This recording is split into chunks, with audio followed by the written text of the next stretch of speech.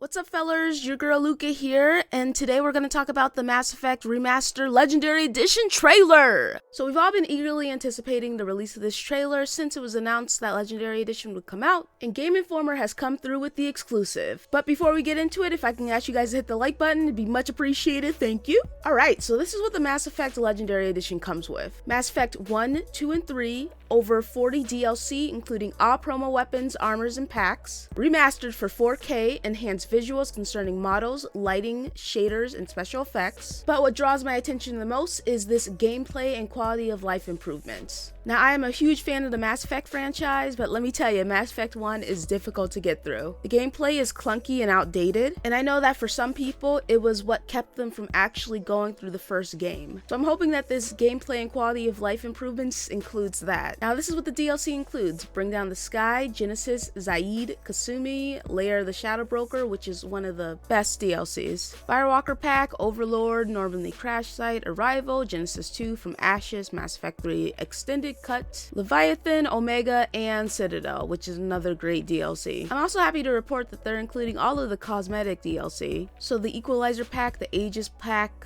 the Firepower Pack, Cerberus Weapon and Armor, Arc Projector, ME2 Alternate Appearance Pack 1 and 2, Firefight Pack, and Groundside Resistance Pack, along with promos for the Recon Operations Pack, Collector's Weapon and Armor, Terminus Weapon and Armor, M29 Incisor, Blood Dragon Armor, Inferno Armor, Recon Armor, Sentry Interface, Umbra Visor, N7 Warfare Gear, AT-12 Raider, Chakram Launcher, M55 Argus, M90 Indra, Reckoner Knight Armor. The Legendary Edition does not come with Mass Effect 3 multiplayer, which is currently still active, and most importantly, this game comes to us May 14th, 2021, which is a little ways off and definitely more time than was initially rumored, as there were some people saying that this game was coming out in March. Now here's the thing, this is very important for BioWare to get right. After the mess ups of Andromeda and also of Anthem, they really can't afford another slip up.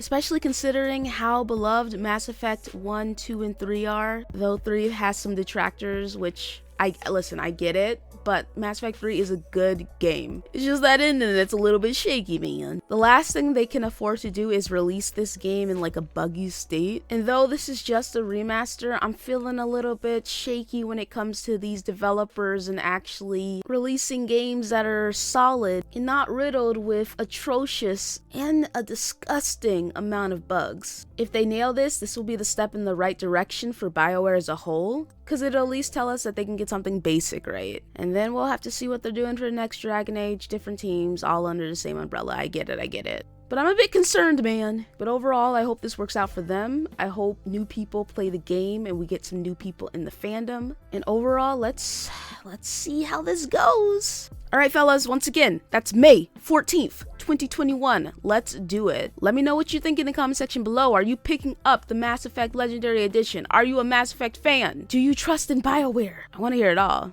Until next time, ladies and gents, peace.